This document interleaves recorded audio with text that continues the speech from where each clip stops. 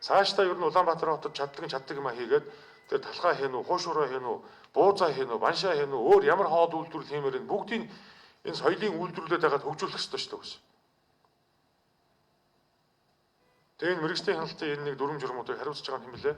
Ой шимэг дараах. Энэ нэг мэрэгжлийн хяналтын нэг валиар баахан стандартуудыг одоо болиулах хэрэгтэй юм. Тэгэл нэг болохгүй бүтэхгүй гэсний ард дандаа нэг валиар шантаач явна. Тэгээд хувийн хвшил одоо төртөөгөө хамтраад ингээд төр хвшлийн хүчлэр юм ихэхлээр ингээд дандаа сэтгэлийн мохоодог, гацаадаг, хүний урам зоригийг байхгүй болгодог. Хөдөлмөр хийх нь ур чадваруудаа сэргээж байгаа тэр зүйлүүдийн бүгдийг байхгүй болгодог.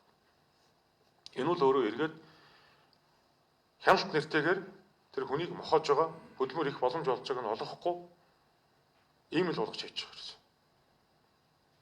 Та нар одоо дэлхийн бүх том хотуудаар явсан. Бүгд гудамжны хоол үйлдвэрлэлийн соёлтой. Дэлхийн наад захын энэ 90-д очиад хар. Гол одоо тэгээс үүлдэн цагдаа ороод ирж байгаа юм чи. Тэгээд тэдэн метр тамхи зарж болохгүй, тэдэн метрт хоол зарж болохгүй, тэдэн метр дэнгэж болохгүй, 20 метр дэнгэж болохгүй. Яаж хүн юм ийх юм бэ гэж. Одоо бол хэдүүлээ 2022 оны 1 сарын 1-ээс хүрнэ ихэнх хэмийг чөлөөтэй явуулна шүү. Ихэнх хэмийг. Тийм учраас энэ цагдахлын тухай хуулийн дээр бол мэрэгжлийн хяналтын тусгай зөвшөөрлүүд олох молох бүр дийлэнх олонх юм бүр.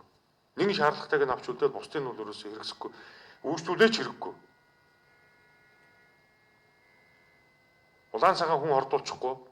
Улаан цагаан одоо жишээ нь одоо янз бүрийн байдлаар тэгсэрч дэлбэрэх одоо аюултай одоо тийм байхгүй бол тэрийг явуулаад дэмжүүлэл одоо явуулах тэр мэрэгжлийн улсуудаар бас ярилцж байгаад яг зөвлөмжийг өгөөд хуулинд нь оруулаад явуулах хэрэгтэй.